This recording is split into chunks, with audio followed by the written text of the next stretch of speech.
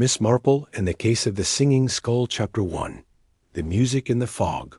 Fog came down thick over Elmsworth on the evening of October 13th. It rolled in from the marshes like a great gray sea, swallowing hedgerows, muffling hooves, and dimming the glow of the oil lamps that lined the narrow village lanes. It was the kind of fog that made even the most familiar corners feel like ghost-haunted thresholds. Miss Marple, sitting near the hearth of her tidy cottage on Church Lane, paused in her knitting. A soft, low hum had drifted through the fog, distant, eerie, almost like singing. Not proper singing, mind. Nothing with a tune or melody, but a strange, hollow sound, like wind whispering through a bottle, or, as she would later describe it, as if some poor soul had lost its voice in the mist and was trying to call home. She rose, peered out the window, and saw nothing but pale white shrouds clinging to her rose bushes. She listened again.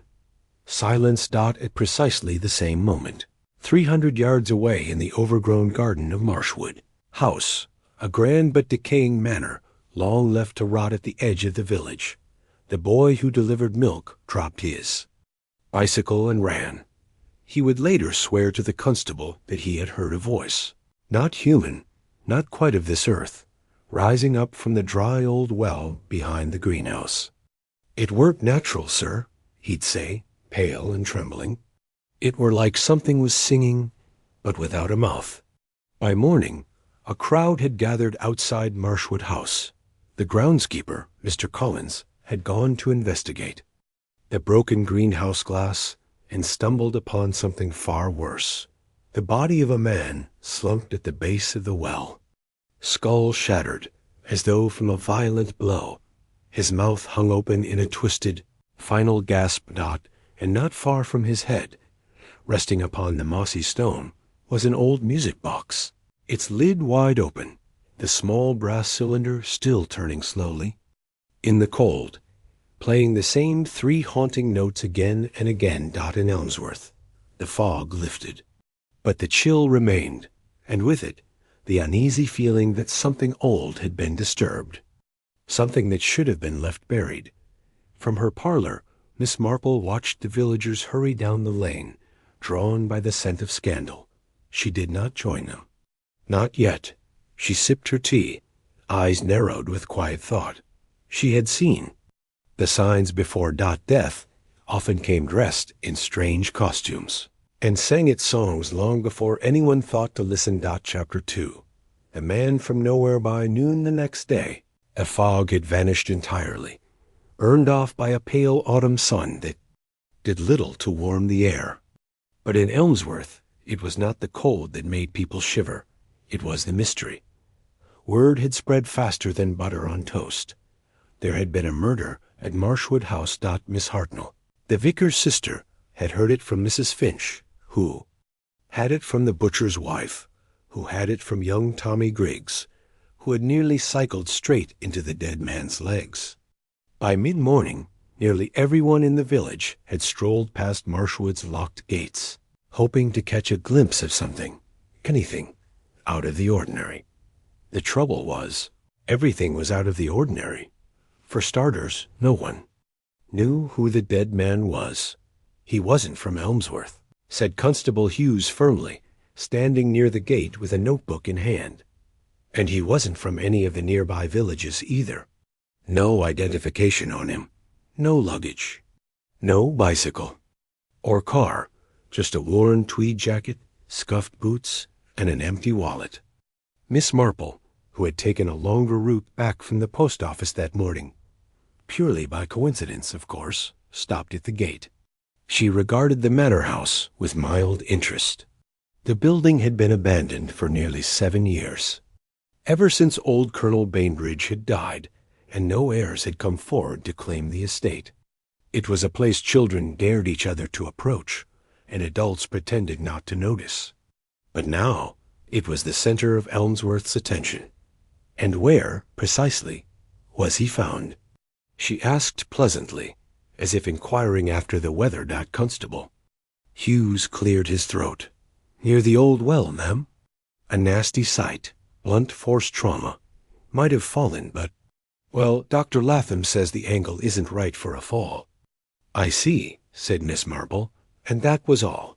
She stood for a moment longer, her eyes on the sagging greenhouse nearby. The glass had long been cracked, but now one panel was completely shattered.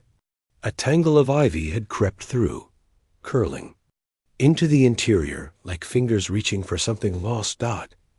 No one else seemed to notice that the door to the potting shed stood slightly ajar at the Elmsworth Inn. Talk was running wild.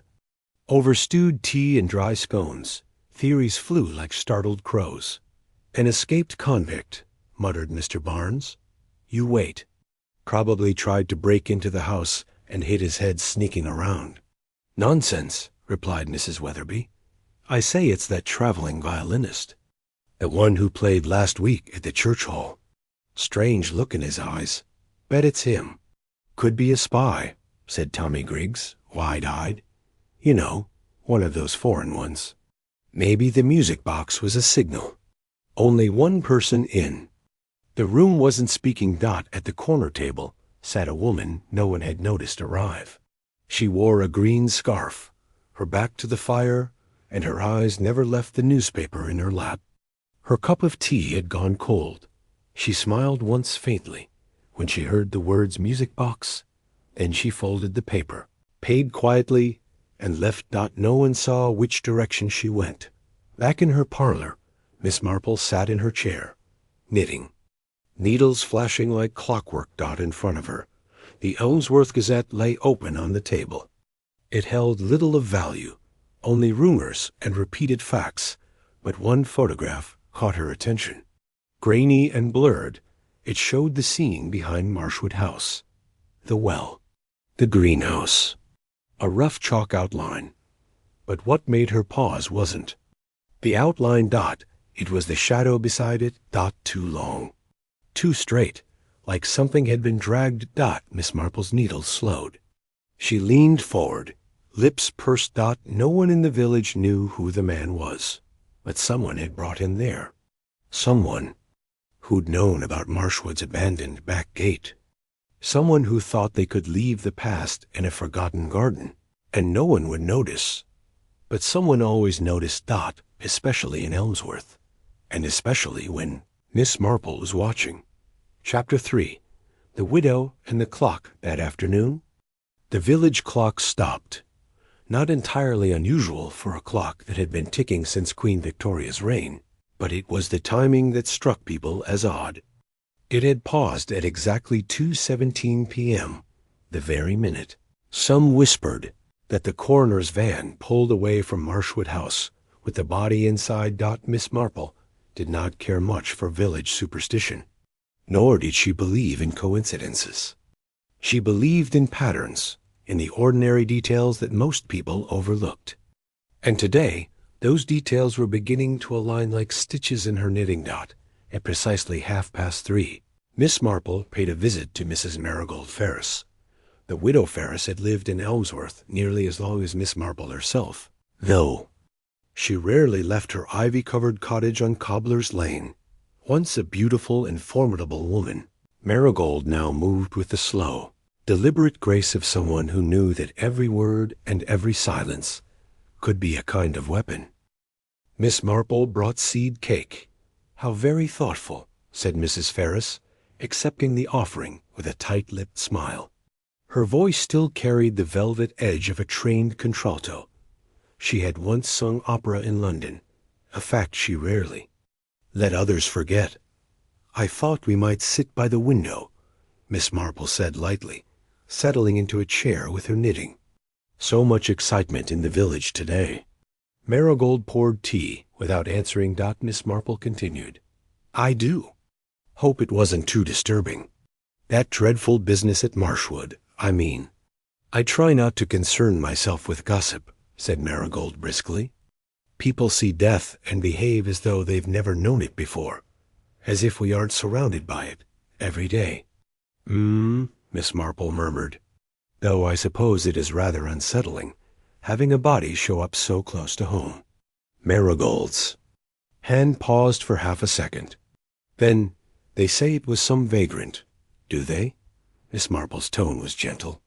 I heard he was well dressed. Not a gentleman, perhaps, but not entirely destitute either. Another pause. Marigold set her cup down. What is it you're really asking me, Jane? Miss Marple gave a soft smile. Only this. Do you know who the man was? Mrs. Ferris stared at her. For a moment, silence stretched between them, heavy and tense. Then the widow laughed. It was a low, rich sound, the kind that had once charmed audiences from London to Paris. But there was no joy in it now. Only exhaustion. Why? Would I know that? Oh, I don't suppose you would, Miss Marple replied calmly. But I remember you mentioning a brother once. Harold, wasn't it?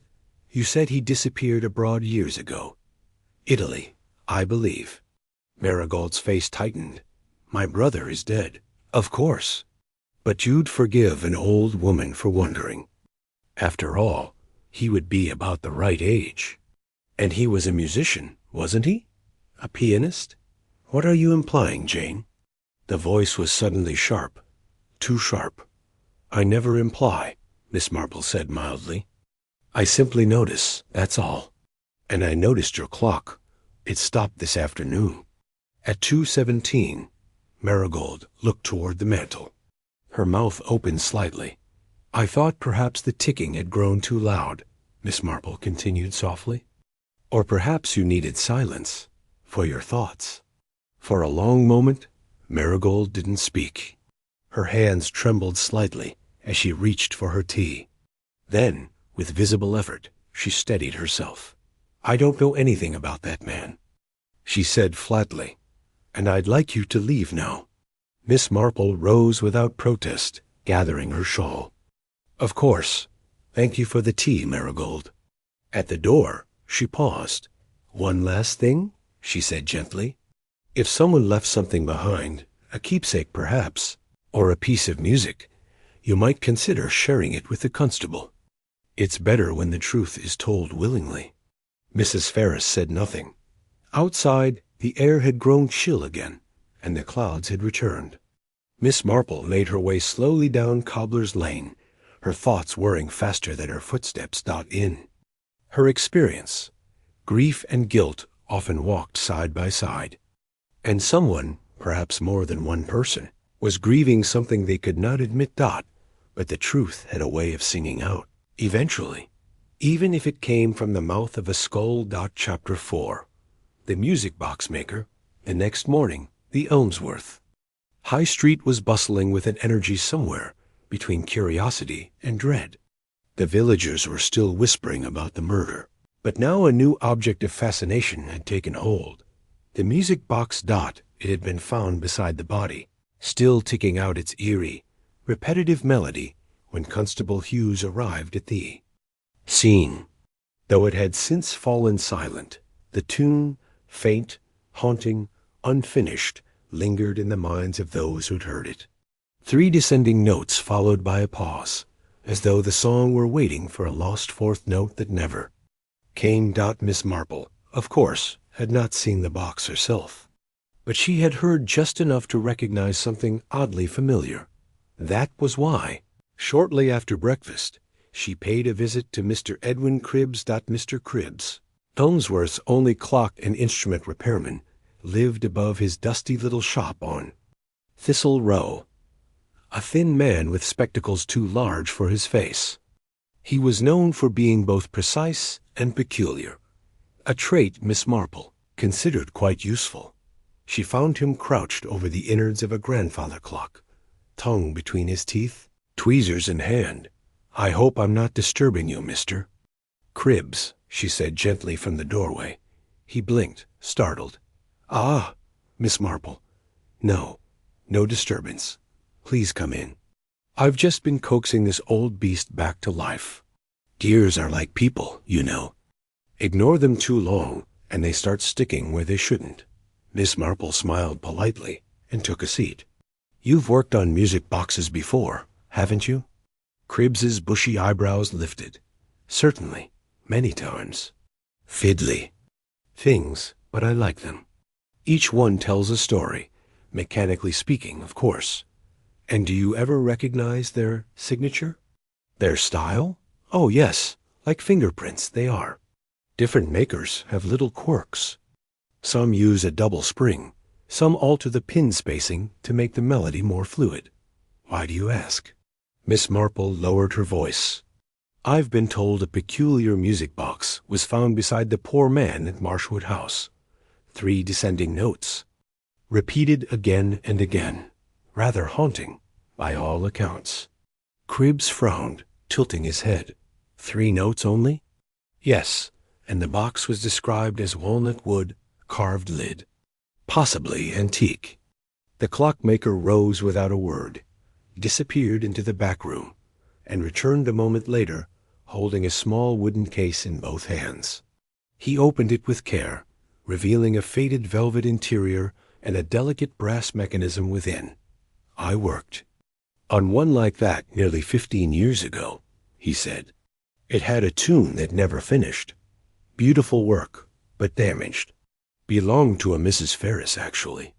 Miss Marple's eyes did not flicker, but inwardly her mind confirmed a thread. She had already begun pulling. Marigold Ferris? Cribbs nodded, said it had been a gift from someone very dear to her. I remember the odd tune, those same 3 notes. But there was a place on the drum for a 4th. It had been deliberately filed down, as though someone didn't want the song to end, or didn't want it to be recognized, Miss Marple murmured. The clockmaker looked puzzled. Beg pardon? Nothing, she said, rising. You've been most helpful, Mr. Cribbs. As she stepped into the bright morning air, Miss Marple drew her shawl a little tighter. Her thoughts were no longer on the box itself, but on the song that had once played in Marigold Ferris's house. A private melody, a shared memory. And now, a signature at the scene of a murder. Back in her sitting room, she sat with her notebook, where she'd begun to record a timeline. Evening fog. Rolls in. Singing heard. Milk boy hears the sound, reports it as singing from the well. Body found. No ID. Music box beside it. Marigold. Ferris once owned a music box matching that description. Music box's melody matched to one Mr. Cribbs repaired for her years ago. She paused and underlined a question she'd already written. Why bring the box back now? Why place it beside the body? It was not random. It was symbolic. A message, not for the police, nor for the villagers. A message for someone specific. That night, a soft knock came at Miss Marple's door. When she opened it, she found a girl of about 12 standing nervously. On the step, Rosie Gibbs, the vicar's niece. Sorry to bother you, Miss Marple, she whispered, but I think I saw something. Miss Marple knelt, her tone gentle. What did you see, dear? I was walking near Marshwood last night. I wasn't supposed to be, but I heard a voice. A man's, and he was singing, just 3 notes, over and over. Then he stopped, like someone had told him to be quiet. I heard a woman say something after. I couldn't hear what, but she sounded angry. Miss Marple's heart skipped once. Did you see her face? Rosie shook her head. No, but I remember something else. She dropped something when they walked away. I found it this morning. I was scared to touch it. Can you show me? Rosie reached into her pocket and carefully unwrapped a scrap of velvet. Inside, it was a single brass pin, the kind used to strike a note inside a music box. The missing 4th note. Chapter 5. The 4th note. The pin was no larger than a sewing needle, slightly bent at one end, with a dull gold sheen that caught the lamplight in Miss Marple's parlor. She turned it over gently in her fingers, her eyes thoughtful. Rosie Gibbs sat stiffly on the edge of the armchair across from her, hands in her lap, watching as if she might be scolded for something. But Miss Marple's voice was calm and soft. You were very brave to bring this to me, Rosie, and very wise not to tell anyone else yet. Rosie's wide eyes searched Miss Marple's face. "Is it dangerous?" "No, dear, not on its own. But sometimes the smallest things carry the loudest truths." She rose and fetched a small tin, placing the pin gently inside. Then she sat once more and turned her attention fully to the girl. "Now, I need you to be quite certain. Where exactly did you find this?" Rosie hesitated. "Near the orchard, behind Marshwood House, not far from the garden wall. There was a little patch of leaves all pressed down, like someone had been kneeling. I saw something shiny and picked it up." "Did you see anyone else nearby?" The girl shook her head. "Just heard the voice. A man's, quiet, like he was humming. Then a woman spoke. Not loud, but angry.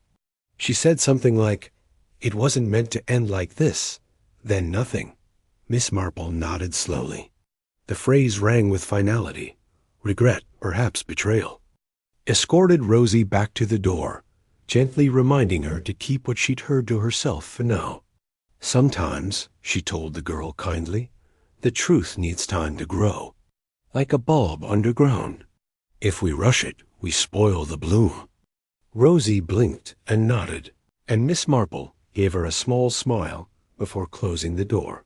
The next morning brought rain, light and persistent, the kind that soaked one's sleeves without ever turning into a proper downpour. But Miss Marple set out nonetheless, walking to the corner shop where Constable Hughes was just finishing his tea and chat with Mrs. Draper.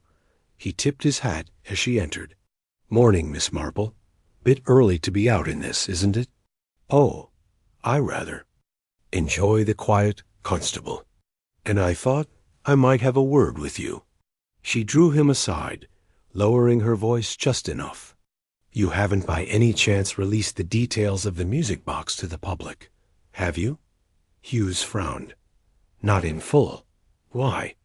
"I've learned that a very particular piece, a brass pin, you see, may have been removed from it. And I wonder if your men noticed the melody was incomplete."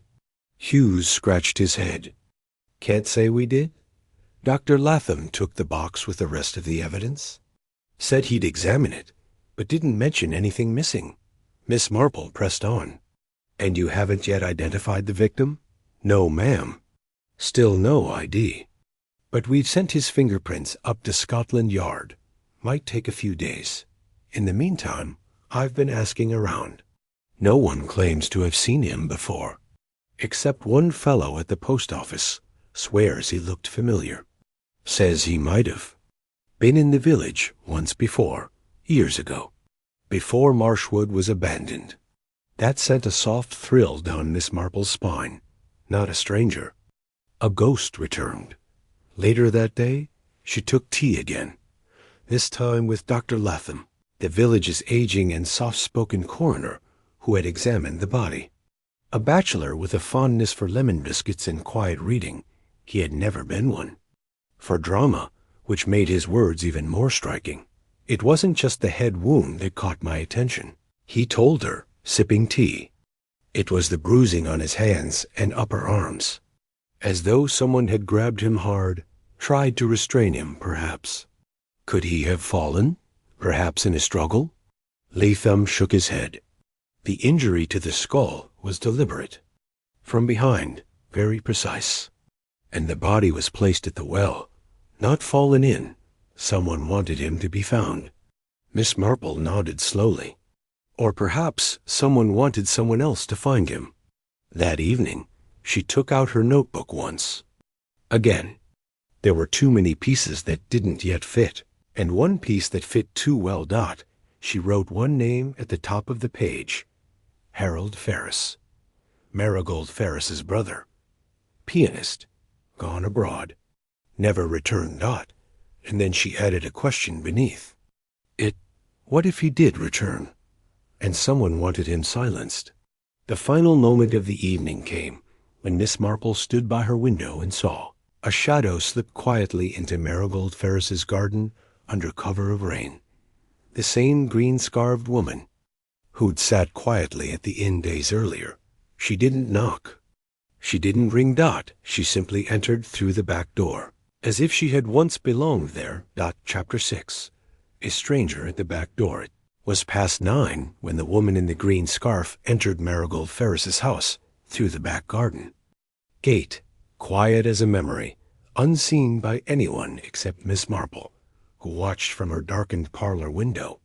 Rain slicked the woman's coat and scarf, but she didn't hesitate, didn't knock. She simply vanished inside the ivy-covered house as though she knew every creak of the floorboards by heart. And perhaps she did. Inside the Ferris cottage, a fire crackled low. The sitting room was dim, lit only by a single lamp on a side table and the orange flicker of coals. Marigold Ferris stood motionless, teacup in hand. When the door opened, the green-scarfed woman stepped in without a word. Eyes met. Silence stretched long between them, broken only by the soft ticking of the old clock, now working again, restored to its dutiful rhythm. "You shouldn't have come back," Marigold said at last, her voice a cracked whisper. "You should have written," the woman replied. Her voice was low, unsteady.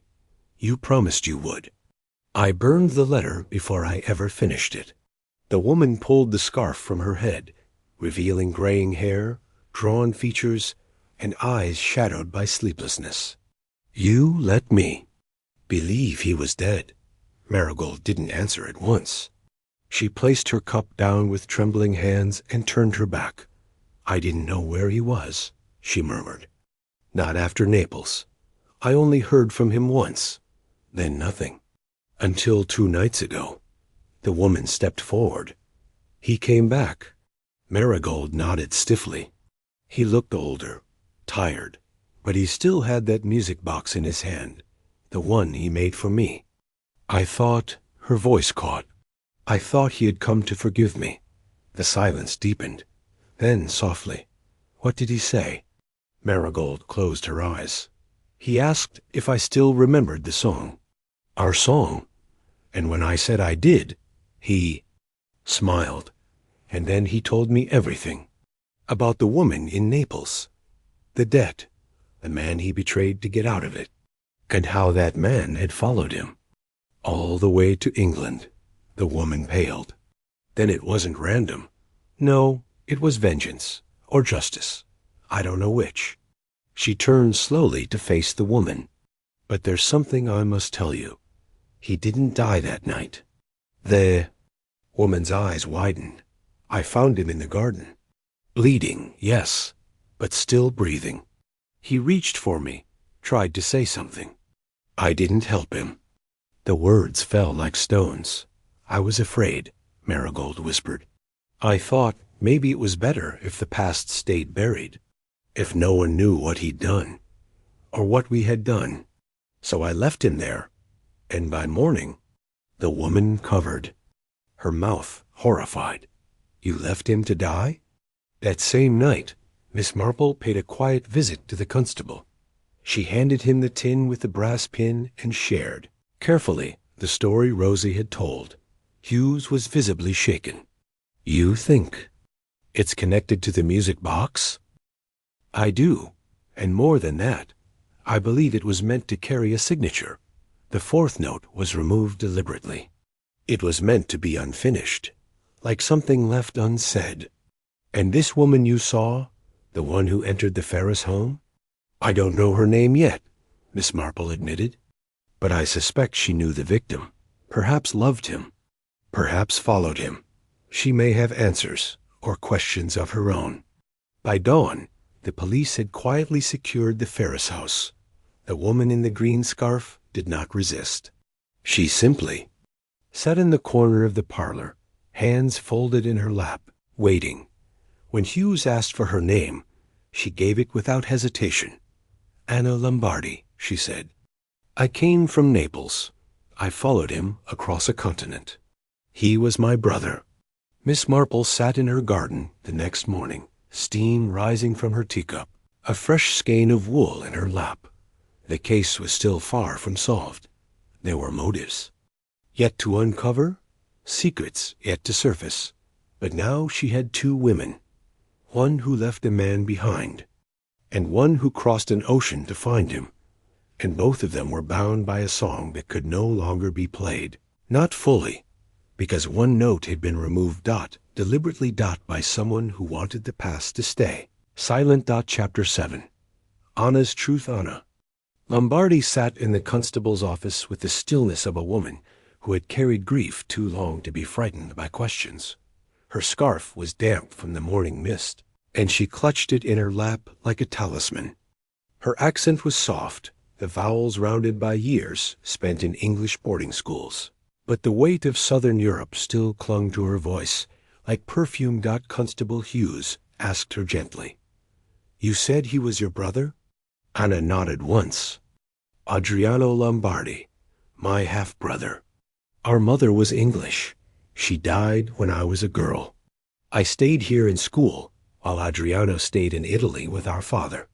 She paused, glanced at the quiet woman in the corner, Miss Marple, present by invitation, not authority, and then went on. "He was a composer, a gifted one, but he was also impulsive, passionate.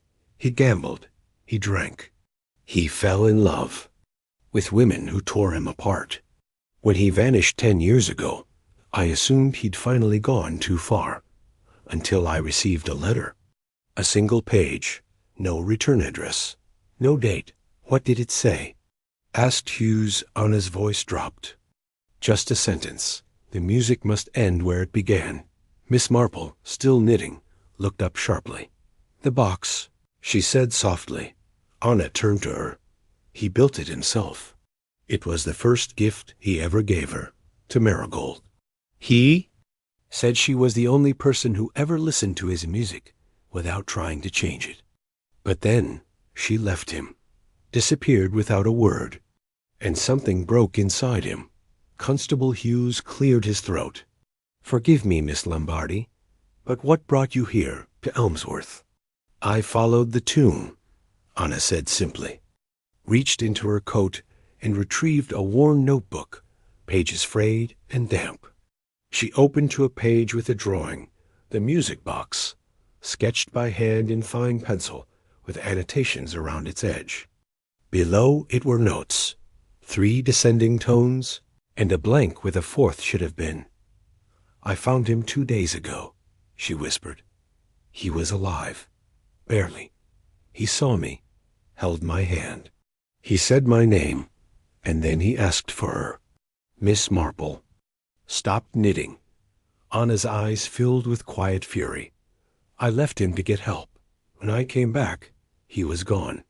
The next morning, I heard he'd been found, dead." Back in her cottage, Miss Marple reviewed the facts once more. A man returned to his past. Woman haunted by guilt. Another woman searching for the truth. A missing note, and a music box that refused to finish its song. She opened her journal again and began a new list. Adriano returned to Elmsworth 2 nights before the murder. He had the music box. He visited Marigold Ferris. He was injured, possibly attacked, after that meeting. Anna found him alive behind Marshwood House. He died later. The music box was found beside the body, missing the final pin. That afternoon, Marigold Ferris was called to the constable's office. She arrived in quiet defiance, dressed impeccably in navy blue, a brooch shaped like a rose fastened at her collar. She was older now, yes, but she was still a woman who knew how to wear armor. Anna sat at the far end of the room. The air between them was brittle. Miss Marple watched them both with the gentle patience of someone tending a fire, letting it smolder just long enough before striking the spark. "You left him to die," Anna said at last. Her voice trembled. Marigold's eyes flickered. "I didn't strike him. I didn't put him there. But you didn't help him." "No," Marigold said. "I didn't." A long silence followed. Hughes looked between them, unsure whether to speak. It was Miss Marple who broke the hush. "Tell me, Mrs. Ferris, who would have wanted to harm him?" Marigold's reply was barely a whisper. "There were many. but only one still lived nearby. She turned her head slightly. Her voice was clearer now and harder. Victor Bainbridge. Miss Marple's eyes narrowed. The Colonel's son? Marigold nodded. Adriano betrayed him, years ago, in Naples. Victor lost his career because of it, nearly lost his life. But his father took the shame silently and retired here. Victor never forgot, never forgave. And he returned to Elmsworth recently, didn't he? Miss Marple asked. After his father died. 3 months ago, quietly, bought the land behind Marshwood. No one noticed. Anna rose, face pale. Then he followed Adriano here? Marigold met her eyes. At last, he never stopped. Outside, the wind had picked up again. It sang through the hedgerows like breath through hollow bone. Like a skull. Chapter 8. The Ghost of Marshwood. Name Victor Bainbridge passed through Elmsworth like a storm cloud, dark, slow-moving, and ominous. Most villagers barely remembered the Colonel's only son. He had left England decades. Choosing military intelligence over village life. People whispered of foreign postings, of disgrace abroad, and then nothing. Silence. Until a quiet return, unannounced, uncelebrated. Now he was back, and, as Miss Marple had quietly discovered, through the vicar's records, living on a private parcel of land directly adjacent to Marshwood House. A converted stable, unlisted in the phone directory, with a locked gate and no visitors, except, perhaps one. That same evening, Miss Marple made her way up the muddy path toward the edge of Marshwood's old estate. She wore her gray walking coat and carried no umbrella, though the clouds had begun to spit a fine, miserable rain. The gate to the Bainbridge property was newer than the rest, iron, black-painted, and recently oiled. It didn't creak when she nudged it open. She stepped through quietly, boots sinking into soft grass. Victor Bainbridge's converted stable stood low and long, its windows dark. The only light glowed from within a single side room, faint and amber, like a reading lamp or firelight. As she approached, a dog barked once, but no one came out. She knocked firmly. The door opened with military precision. Victor Bainbridge stood in the frame, tall, gray at the temples, his jaw square and lined. His expression was unreadable. Yes? Miss Marple offered her most unthreatening smile. Mr. Bainbridge, I wonder if I might ask you a few things. It's about the man found at Marshwood House. His face did not change. You're not with the police? No, I'm an observer. And I find that people will often tell the truth to someone who asks politely. A long pause. Then, unexpectedly, he stepped aside. 5 minutes. Inside, the converted room was sparse but neat. A desk with orderly stacks of paper, a fire crackling, a single painting above the hearth. It was a portrait of Colonel Bainbridge. Stern, upright, eyes dark and watchful. Victor poured no tea, offered no chair. He stood, arms folded. You knew him, didn't you? Miss Marple said. I knew of him, Victor replied coldly. A coward, a traitor, a parasite. Miss Marple's hands folded gently over her handbag. And yet you were seen at the Marshwood property the night he died. His jaw tightened. By whom? She didn't answer. Instead, did you speak with him? Victor turned his back, facing the fire. He came to me. That's the truth. He found out I was here. He knocked at my door, just as you have, and said he was sorry. Miss Marple's voice was barely above a whisper. Did you believe him? Victor was quiet for a long time. Then, I believed he was tired, old, broken, but sorry. He shook his head. That man lived on illusions. He destroyed lives, not by accident, but by design. My career, my men, my name. And he walked, away without consequences, Miss Marple's tone was steady. "And so you gave him some?" Victor turned then. For the first time, there was something raw in his face, something unguarded. "I told him to leave. That's all. I told him to go before I did something neither of us could undo. He walked away. You didn't follow?" "No. Did you see where he went?" Victor hesitated. "He crossed into the old garden behind Marshwood. Toward the well. And after that, I shut the door."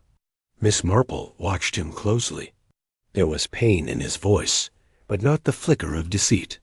His story was not complete, perhaps, but it wasn't false either. And yet someone had followed Adriano. Someone who had struck the final blow. She stood, nodding once. "Thank you, Mr. Bainbridge. I believe you told the truth you had." She was nearly to the door when he spoke again, not to her, but to the empty air. "I waited 30 years for him to ask for forgiveness," he murmured. "And when he did, it was too late." Too hollow. Miss Marple turned back. "And yet, you let him go." Victor's eyes met hers. "No," he said softly. "I let myself go."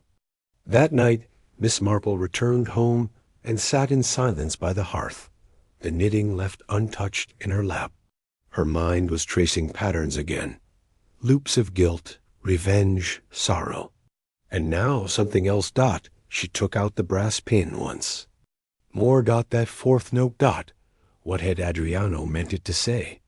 And why had someone made sure the song could never be played in full? Unless...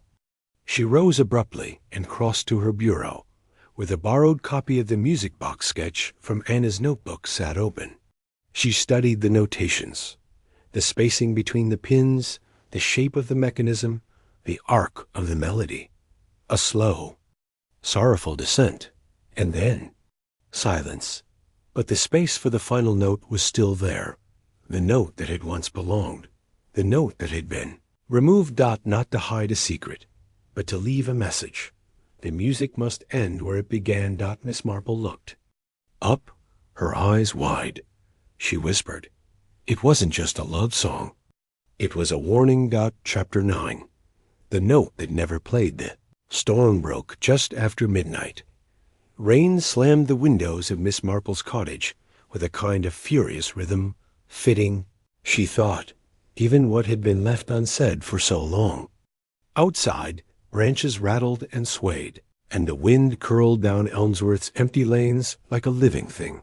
But Miss Marple did not sleep. She sat by her lamp, the brass pin on the table before her, and pages of notes arranged in a perfect fan.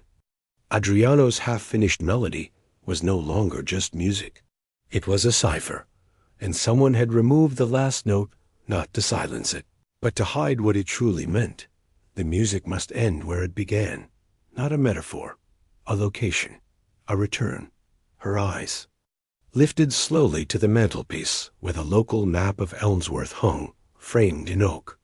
Her gaze moved to a small mark, almost unnoticeable, near the Marshwood orchard.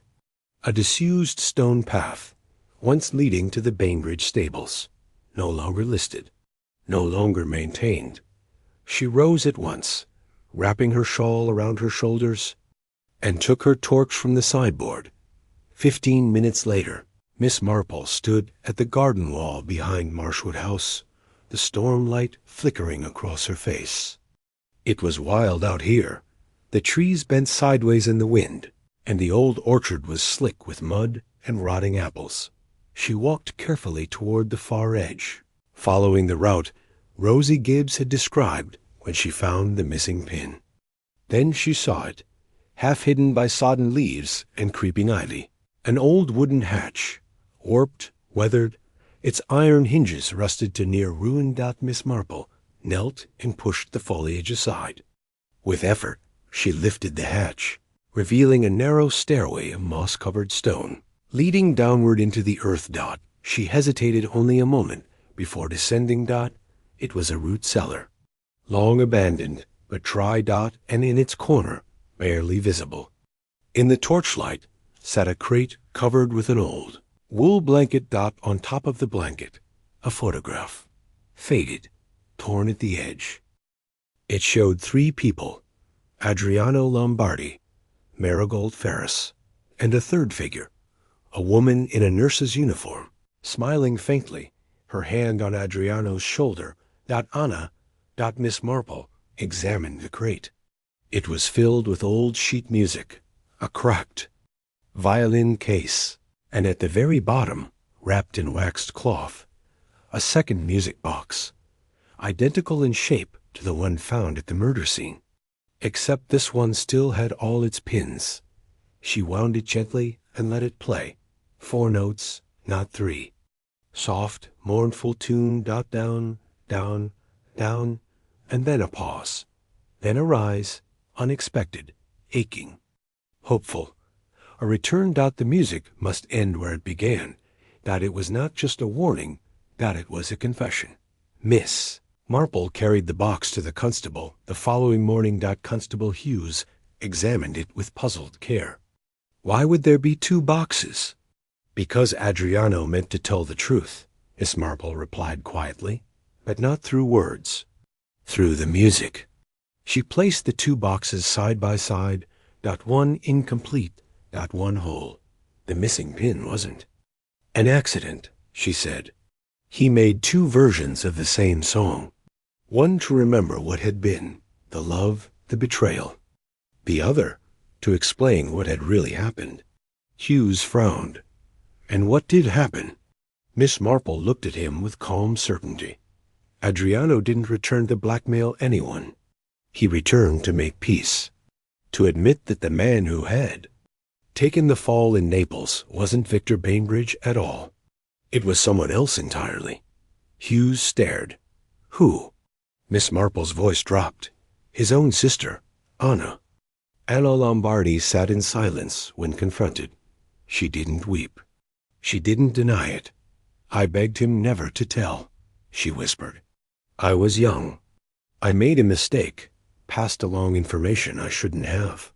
Adriano took the blame to protect me. He lived in exile for 10 years. When I found out he was coming back to Elmsworth, I followed. I wanted to stop him. Not kill him, but... She buried her face in her hands. I found him at Marshwood. He had the first box. The one with only 3 notes. He told me he'd left the complete one in the orchard cellar. Hidden. I didn't think he would actually tell the police. I thought he would let the past stay buried. She looked up at Miss Marple, eyes bloodshot. I took the pin. I thought, if the 4th note stayed silent, the secret would die with him.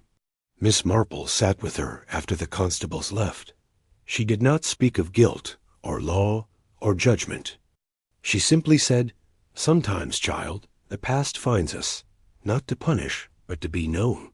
And Anna wept, for her brother, for herself, for the song that had once been whole. Chapter 10. Secrets beneath the ivy Elmsworth woke, slowly the next morning. The air thick with quiet in the hush that only follows a storm, as though the village itself was holding its breath. Word had begun to spread, not details, but feelings.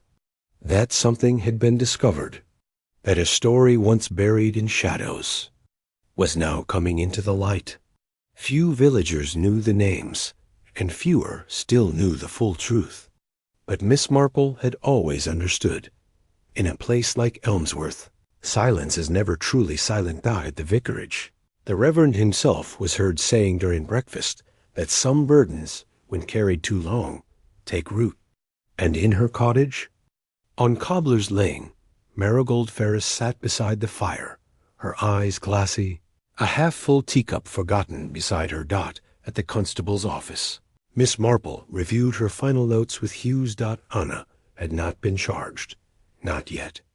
There was still debate as to whether withholding the truth had directly led to Adriano's death. The official cause remained blunt force trauma, but the wound was likely sustained during a struggle, not with malicious intent. Still, Hughes had learned by now to trust Miss Marple's instincts over any forensic report.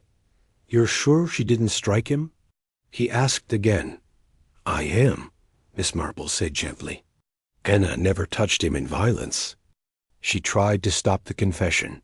Yes, but she didn't kill him. Hughes leaned back in his chair, rubbing the back of his neck. Then who did? Miss Marple folded her notebook shut. That, she said, is the question that remains. That afternoon, she returned once more to Marshwood House. Though the well was now cordoned off, and the grounds watched by the constable's assistant, Miss Marple was allowed through. She moved carefully among the wet grass and leaning trees, past the gnarled roots of the orchard, and to the back edge of the estate, where the boundary wall met the long disused path.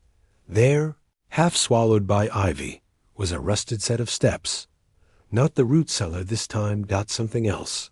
She pushed aside the overgrowth and saw the edge of an old gardener's shed. Long collapsed, the roof bowed, door jammed. No one had mentioned it in any police report. No one had thought to look. But Adriano's final message, the full version of the melody, hadn't just said return. It said reveal. Miss Marple knelt and pried the door open. Inside, amid dust and damp and broken tools, she saw a scattering of old wood, faded sheet music, and a torn scrap of fabric caught on a nail. Beneath it, almost hidden under a board, was a slim metal pipe, smeared with rust and blood. Later that evening, the lab. Results confirmed it. Adriano's blood. The pipe matched the width and curve of the skull fracture. The blow had been swift. From behind Miss Marple's thoughts turned again. Victor Bainbridge had said he'd let Adriano go. Anna had confessed to sabotaging the music box. Marigold had admitted leaving her brother dying in the garden. And yet none of them had struck him. So who had? That night, as the village drifted into uneasy sleep, Miss Marple visited one last person. Mrs. Agatha Pickering, the housekeeper of Marshwood House, an unassuming woman, unmarried, invisible, quietly loyal to the Bainbridge family even after their departure. She had remained behind when the house was sold, serving briefly under new owners, then quietly retiring just before it was shuttered again. And it was she who had let Adriano into the garden that night. Miss Marple had pieced it together from her own quiet visits and the gardener's gossip. She found Mrs. Pickering sitting alone in her conservatory, polishing old silver that hadn't seen guests in years. Mrs. Pickering, Miss Marple said, kindly, you were fond of Colonel Bainbridge, weren't you? Agatha blinked. The colonel was a good man, proud, quiet, dignified. And his son Victor? A better man than the world ever gave him credit for, she said tightly. Miss Marple gave a small nod. And Adriano Lombardi, the man who brought shame to their name? The silver brush stopped. Agatha looked up slowly. Do you know what I hated most? She said, it wasn't what he did in Naples. It was that he came back and acted like none of it mattered. That he thought he could write a song and be forgiven. You were in the shed, Miss Marple said gently. Weren't you? Agatha's voice trembled. He walked past me. I called out, and he didn't even remember me. Not even remember. I followed him to the old shed, the one where he used to meet Miss Ferris all those years ago. I waited for him to come out. I wanted to shout, but he just smiled. That stupid, hollow smile. She paused, eyes filling. I didn't mean to kill him. I just wanted to stop him. Miss Marple touched her hand softly. I know. The next morning, Agatha Pickering was quietly taken into custody. No headlines. No scandal. Just an obituary. In the local paper 2 weeks later for a woman who served faithfully and loved deeply. And a brief notice beneath it, no more than 3 lines, announcing the sale of Marshwood House, the garden restored, the well sealed permanently. In her parlor, Miss Marple sipped her tea. The music box sat on the mantel now, the full version. She wound it once more. And this time The song completed. 4 notes, a descent into sorrow, and a return to light. Chapter 11. What the Dead Leave Behind. It was a quiet week in Elmsworth after Agatha Pickering's arrest, too. Quiet, some said. The shops stayed open. The bell at the chapel still rang, but there was a hush beneath it all, as though the whole village were speaking in lowered voices, out of respect for something unseen but freshly buried. Marshwood House, long a ruin of memory and grief, stood still under scaffolding as builders began the slow work of restoration. But Miss Marple knew. Some houses hold their past like breath in the walls. It may be painted over, boarded shut, but it lingers. She had seen it before. Anna Lombardi returned to London that weekend. The constable released her once it was clear she had not caused her brother's death. Her farewell to Miss Marple was brief but deeply felt. A clasp of hands, a whispered thanks, and a final look that said what neither could. "I wanted to protect him," Anna said softly, standing in the doorway of the vicarage. "You did," Miss Marple replied, "even when he didn't want protection." Anna's gaze dropped to the ground. It still wasn't enough. Miss Marple reached out and gently tucked the woman's scarf back into place. That same green one she'd worn the night she'd entered Marigold's home without knocking. "Sometimes," she said, "it is enough simply to try." Later that day, Marigold Ferris walked with Miss Marple through the orchard behind Marshwood. Just 2 elderly women, one with a cane, one with a shawl, surrounded by overripe apples and the chirr of early summer insects. They passed the old, now sealed, and came to the low garden wall where ivy had begun to creep back. "It doesn't feel haunted anymore," Marigold said. "No," Miss Marple replied. "It's been seen." Marigold bent to pluck a fallen apple, turning it in her hands. "Do you believe in forgiveness, Miss Marple?" "I believe in understanding," she said gently. "Forgiveness must come after that, not before." Marigold nodded, then dropped the apple into the grass. "It's strange," she said. "All those years I thought I'd buried it, but it wasn't buried. Just humming in the background, like that box." Miss Marple looked at her. "The past never stays gone, my dear," she said. "It waits until the song can be finished." That evening, Miss Marple received a package, simple brown paper, no return address, tied with a green ribbon. Inside was a notebook, Adriano Lombardi's compositions, annotated in his hand. There was no letter, no signature, just one sentence. Written on the inside cover, "Some truths can only be heard when the 4th note plays." She placed the notebook on her writing desk, beside her magnifying glass and her thread tin. Then she wound the music box one last time. The melody rose. Quiet, low, descending. And then the final note. Clear. Whole. Chapter 12. The Clockmaker's Regret. The village clock tower struck noon as Miss Marple stepped into the tiny, cluttered workshop of Elmsworth's only clockmaker, Mr. Edwin Toller. He was a quiet man in his 60s, thin and stoop-shouldered, with a magnifying loop always swinging from his collar and fingers permanently, ink-stained from years of oiling cogs and tightening springs. Few villagers paid much attention to him, but Miss Marple, with her gift for noticing the forgotten, had long held an eye on Mr. Toller, because it was he who had restored Adriano Lombardi's music box after it reappeared in Elmsworth. Miss Marple had a question that had lingered too long without an answer. The bell above the door gave a rusty jingle as she entered. Toller didn't look up right away. He was hunched over an old marine chronometer, his hand steady, his breath shallow. "Good afternoon, Mr. Toller." He started slightly and turned. "Miss Marple, my apologies. Didn't hear you come in. You're early." "The cuckoo clocks." "Not quite. I'm not here for the clock," she said softly. Toller's eyes narrowed. She stepped toward the counter. "You worked on the music box." Adriano brought it to you after hours, didn't he?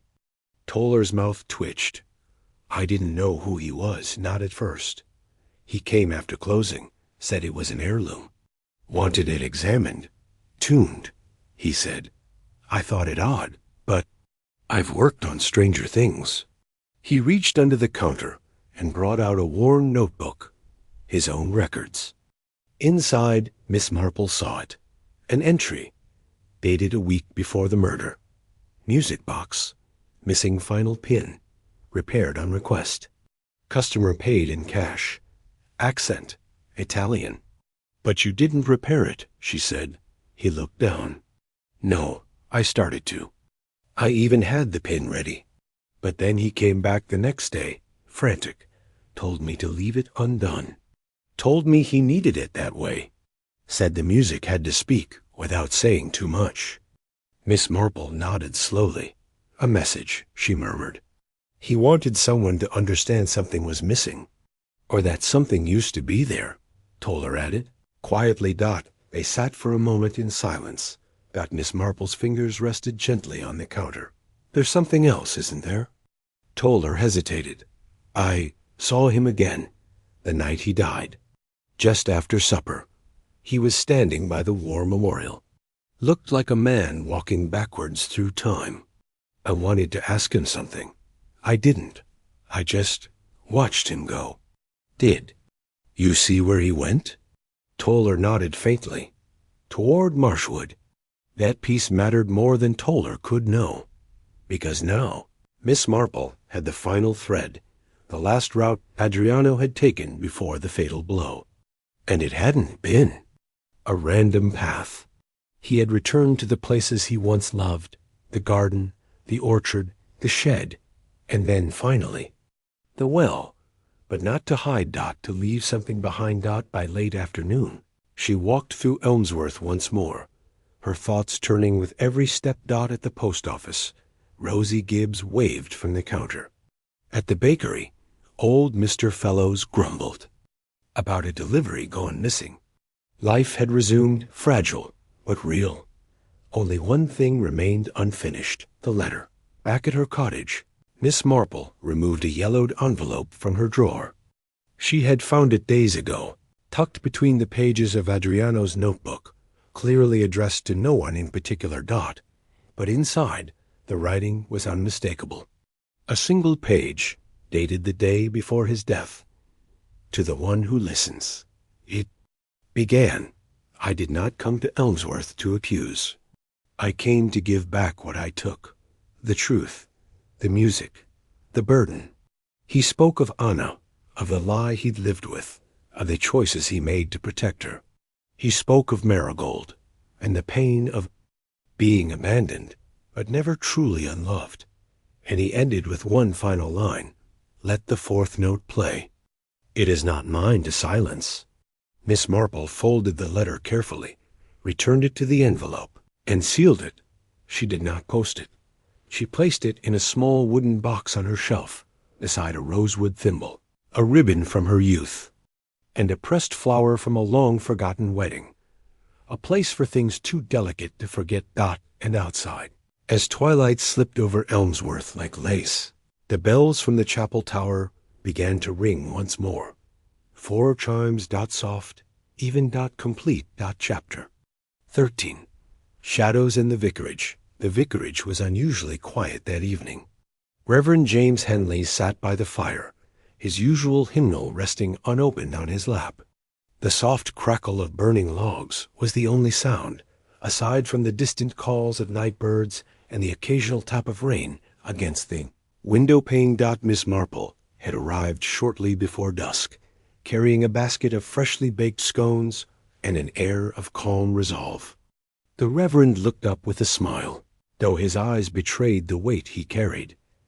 I suppose you've come to lighten the burden of this village's secrets, he said gently. Miss Marple chuckled softly. Or perhaps to add another layer to the tale. They settled into their chairs, the firelight casting dancing shadows on the walls. After a moment, Miss Marple spoke. There's something about Elmsworth, Reverend. The way people hold on to their past, their fears, and their hopes. It all seems to echo within these walls." The Reverend nodded. "Indeed. I've seen friendships tested, families torn, and yet the village still clings to its sense of peace. But peace built on silence can be fragile." Miss Marple reached into her bag and produced Adriano Lombardi's music box, the complete one with all 4 notes. "I believe the music was more than just a melody," she said. "It was a bridge. Between people, between past and present." The Reverend examined the box thoughtfully. Music has a way of speaking when words fail. They talked late into the night, sharing stories of love, loss, forgiveness, and the resilience of the human spirit. Before leaving, Miss Marple placed the music box on the mantelpiece, a symbol of closure, yet also a reminder that some mysteries live on in memory and melody. Chapter 14. The Letter Never Sent. The morning light filtered softly through the lace curtains of Miss Marple's sitting room as she sat with a small, unopened envelope in her hand. The paper was thick, yellowed with age, and the ink inside had faded almost to invisibility. It was the letter Marigold Ferris had never sent. Marigold had confided in Miss Marple the night before, her voice trembling with years of regret and silence. "I wrote it after Adriano disappeared," she said, "but I never had the courage to send it. It was my chance to explain, to apologize."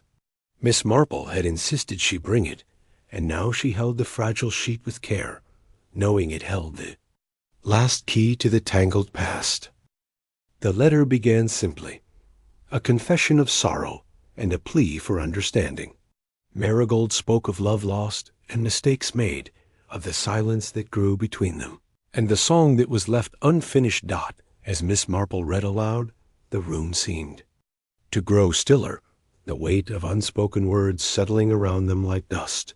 When she finished, Marigold looked up, eyes bright with unshed tears.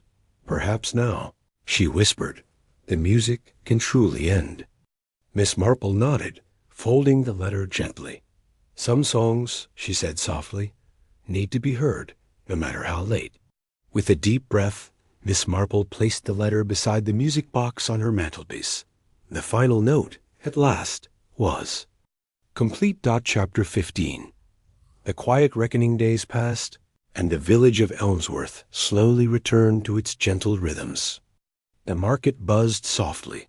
Children played beneath the ancient oaks, and the scent of freshly baked bread drifted through narrow lanes.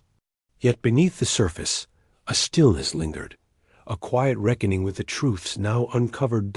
Miss Marple found herself walking the familiar paths of the village more often, her keen eyes observing small gestures and lingering glances. The people were changed, some burdened with guilt, others seeking forgiveness, and all touched by the invisible threads Adriano's story had woven through their lives.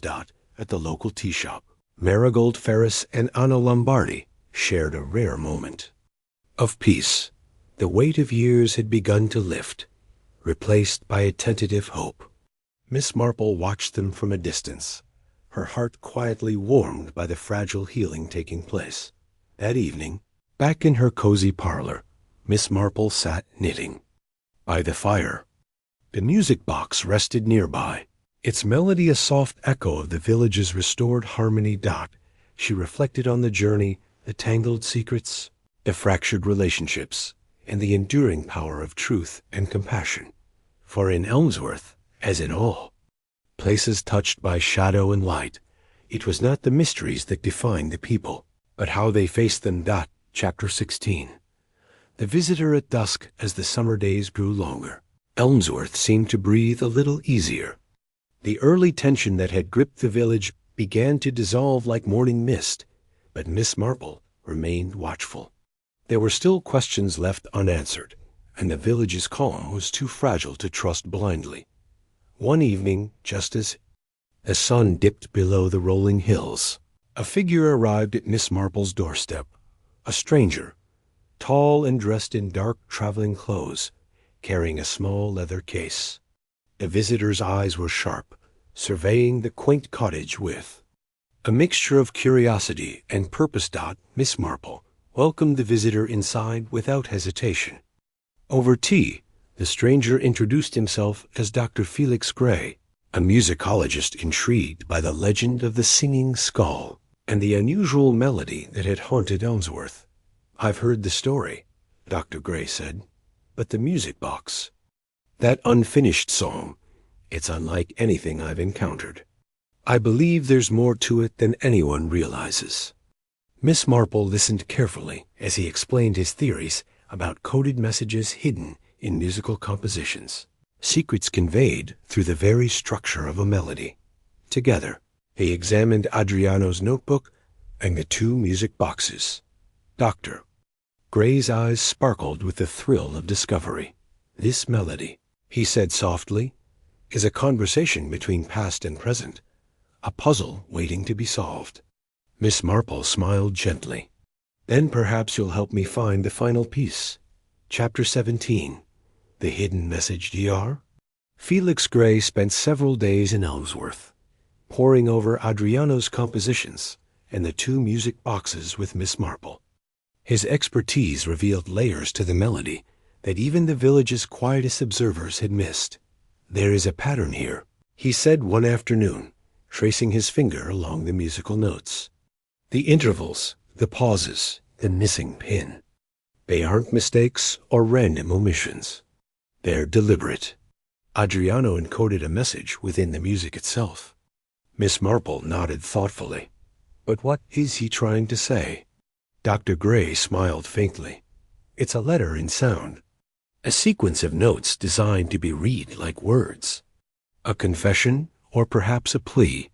Together, they painstakingly transcribed the melody into musical notation and then into letters, using a cipher based on the intervals between notes. The result was chillingly clear. A single phrase emerged: "Seek the truth beneath the stone." Miss Marple's eyes narrowed. "The old garden well," she murmured, "beneath the sealed stone at Marshwood." The pieces were falling into place. That evening, under the glow of a full moon, Miss Marple and Dr. Gray made their way to Marshwood House. The garden was silent, bathed in silver light. The well's stone cover glistened faintly with dew. With careful hands, Miss Marple and Dr. Gray lifted the heavy stone lid. Beneath lay a small, hidden compartment. Inside, wrapped in oilskin, was a bundle of letters, faded, fragile, and tied with a ribbon. Miss Marple unfolded the top letter and began to read aloud. "To those who find this, know that the past cannot be buried forever, but neither can it destroy the future." Chapter 18, Letters from the Past. The letters Miss Marple and Dr. Gray discovered beneath the well were a trove of secrets, carefully penned by Adriano Lombardi over many years. Each letter revealed a fragment of truth, a piece of the puzzle, long hidden beneath layers of silence and fear. One letter spoke of betrayal, how trust had been broken within the family and village alike. Another revealed Adriano's hopes for reconciliation, his longing to mend the wounds his absence had caused.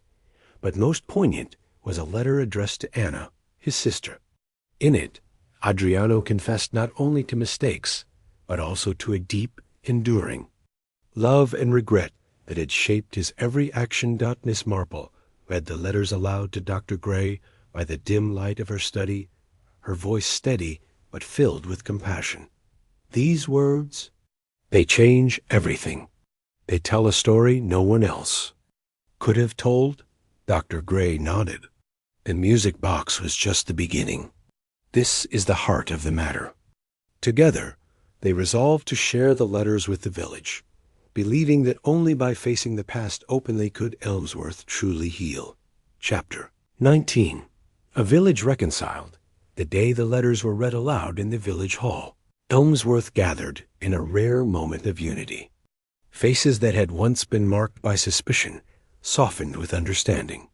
Whispered judgments turned into shared stories of sorrow and hope. Miss Marple stood quietly at the side, watching as old grievances were aired and new bonds formed.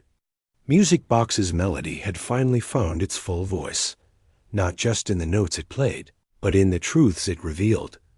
Anna Lombardi, now free from the weight of secrets, spoke openly for the first time. Marigold Ferris and Victor Bainbridge reconciled their past differences, acknowledging pain, but also forgiveness. The village's wounds were not erased, but they began to heal, a testament to the power of truth, compassion, and the courage. To listen. Chapter 20. The last note as the sun set over Elmsworth, casting long shadows across the village green. Miss Marple sat quietly in her favorite armchair, the music box resting gently on her lap. The soft, familiar melody filled the room. 4 notes, now complete, each one resonating with the journey that had unfolded. She thought of Adriano Lombardi, whose life had been tangled in secrets and sorrow, but who had, in the end, found a way to speak his truth. The village was changed, not just by the mystery solved, but by the bonds renewed and the forgiveness found.